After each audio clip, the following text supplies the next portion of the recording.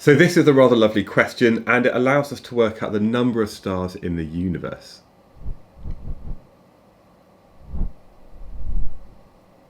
So this image is called the Hubble Deep Field. It's quite old now, but it's equivalent to having a 1 millimetre square at a distance of 1 metre away from you. It says in this example that the area of the Hubble Deep Field image is equivalent to a 1 millimetre square at a distance of 1 metre. And we also know the total number of galaxies and an estimate of the total number of stars in each one. So what this means is we could work out by estimating the total number of stars in all of the galaxies in this image, and that's equivalent to a 1 millimetre square 1 metre away. But how many other 1 millimetre squares would there be in a sphere that's got a radius of 1 metre? And of course what we're going to assume is that the universe is the same in all directions. So we're going to estimate the number of stars in the universe. The first thing I'm going to do is calculate the area of a sphere which has got a radius of 1 metre. And that area is going to be equal to 4 pi r squared. So that's just 4 times pi times 1.0 squared, which if I just work that out, that's just 4 pi, which is equal to 12.566. Now the next step is just to consider how many 1 millimetre squared images would fit into a sphere of this surface area. So we can take the total surface area, which is 12.566, and I'm going to divide that by 1.0 times 10 to the minus 6, because that's 1 millimetre squared in square metres. Because we've got a millimetre, which is 10 to the minus 3, and that's been squared, it then becomes 10 to the minus 6.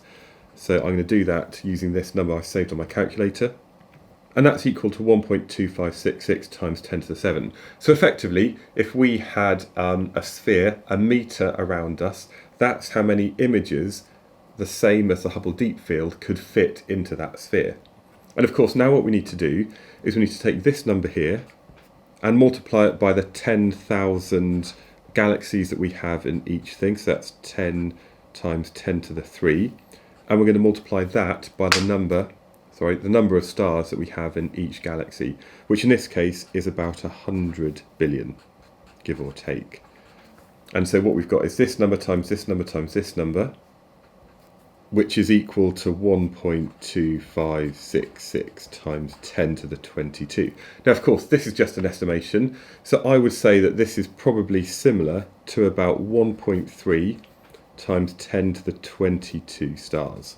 Okay, so a lot of assumptions, assuming that the universe is the same in each direction and each galaxy has the same number of stars, and obviously some are going to be bigger, some are going to be smaller.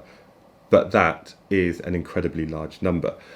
And in order to solve this problem, which is a really lovely physics problem, you still have to understand the basics of the surface area of a sphere, even though that's not something which is asked about directly in the question. It's implied from this first thing here. So we can work out or estimate the total number of stars by using our knowledge of spheres and also just some of the information we've been given in that question. By the way, this is just one of many videos I've made covering all of the maths that you need to understand for A-level physics. It's part of a mini course which includes many more topic videos, multiple worked examples, and also a guide that you can download. You can find all of this over at alevelphysicsonline.com.